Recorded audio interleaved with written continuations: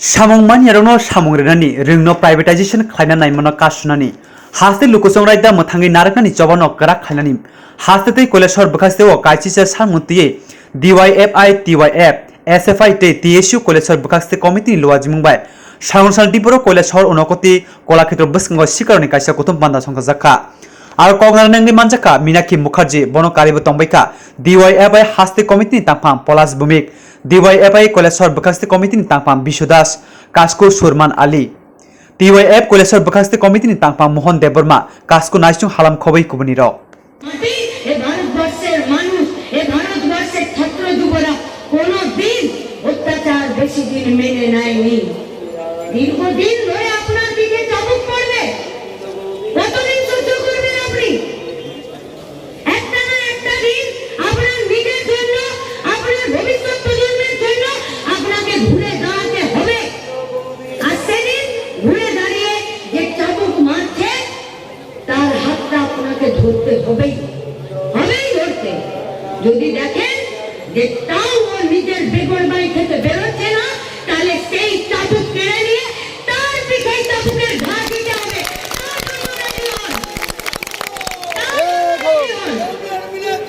কারণ শুধু হবে না, ये सब लाखों का भूत है, ये लोग बातों से मानने वाला नहीं है। তাই যে যেখানে আছেন সেখানে প্রতিরোধ গড়ে তুলুন, বিনা প্রতিরোধে সম্ভব নয়। আর এখানকার মাটি কৈলাস শহরের মাটি, ঊনকোটির মাটি, বামপন্থী লড়াই আন্দোলনের মাটি, শক্ত ঘাঁটি। এখান থেকে গোটা ত্রিপুরা আর পাশের পশ্চিমবঙ্গকে আপনাদেরকে অক্সিজেন সাপ্লাই করতে হবে। যে না, লড়াইটা এত সহজে আমরা ছেড়ে দিচ্ছি না, এখান থেকে প্রতিরোধের বার্তা আপনাদেরকে পাঠাতে হবে। কে ভালো আছে বললেন নাকি? কে ভালো আছে? বেকাররা ভালো নেই, পরিযায়ী শ্রমিক হয়ে এক রাজ্য থেকে অন্য রাজ্যে ঘুরে বেড়াচ্ছে। যারা এতদিন চাকরি করেছেন তারা ভালো আছেন, ব্যাংকে টাকা রেখেছে, লাখ আদানি আম্বানি এরা টাকা ডুবিয়ে দিচ্ছে।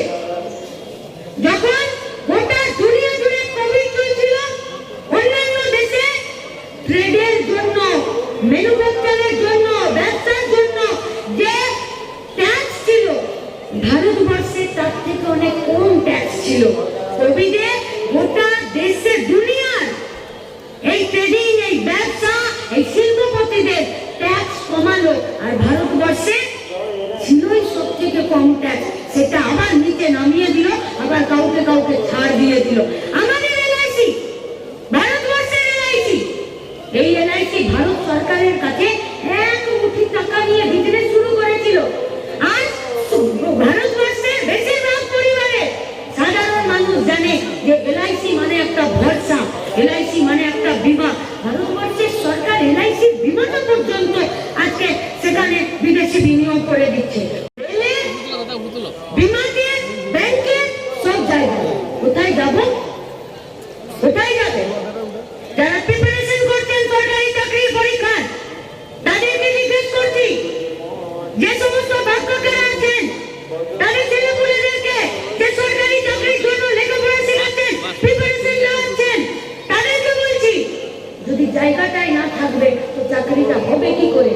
আর যদি এখনো মনে করছেন যে এই ছেলেগুলো, ওই ছেলেমেয়েগুলো এরা মারকে মাথা ফাটিয়ে জেলে গিয়ে হত্যা হয়ে ক্ষতিপূরণ দিয়ে এরাই আপনাদের লড়াইটা করে দেবে, হ্যাঁ, এরা এই লড়াইটা করবে, এরা এই লড়াই থেকে পিছিয়ে আসবে না, কারণ এটা আমাদেরকে ভগৎ সিংরা শিখিয়ে যায়নি। কিন্তু আপনি আপনার মাথায় ছাতাটা ধরতে পারবেন তো? আপনি যারা এখনো সেফ জোনে থাকতে চাইছেন, যে না লড়াইটা রাজধানী লড়ে নেই, লড়াইটা ছাত্র যুবরা লড়ে নেই, তারপরে একটু ভালো সময় আসবে, তখন আমরা দেখব, তারা দেখবেন এই লড়াইটা আপনারও, এই লড়াইটা গোটা দেশের, এই লড়াইটা গোটা সমাজ ব্যবস্থার, এই লড়াইটা আপনার ভবিষ্যৎ প্রজন্মের। তাই ভবিষ্যৎ প্রজন্মের কাছে, আপনার ছেলে মেয়ের কাছেও মুখ যাতে দেখাতে পারেন, তার জন্য প্রতিরোধে সোচ্চার হন, প্রতিবাদে সোচ্চার হন, নইলে ভবিষ্যৎ প্রজন্ম, আপনার ছেলে মেয়েও আপনাকে আর ক্ষমা করতে পারবে না। ত্রিপুরা রাজ্যে বামফ্রন্ট সরকার রেগার সময় সেই রেগার কাজ নিয়ম মতো বছরে 200 দিনের কাজ আর 340 টাকা মজুরির যে লড়াই, এই লড়াইকে সামনের দিকে এগিয়ে নিয়ে যাওয়া। বামপন্থীরা শক্তিশালী মানে হচ্ছে জাতি উপজাতির মৈত্রী। বামপন্থীরা শক্তিশালী হওয়া মানে হিন্দু মুসলমানের একতা।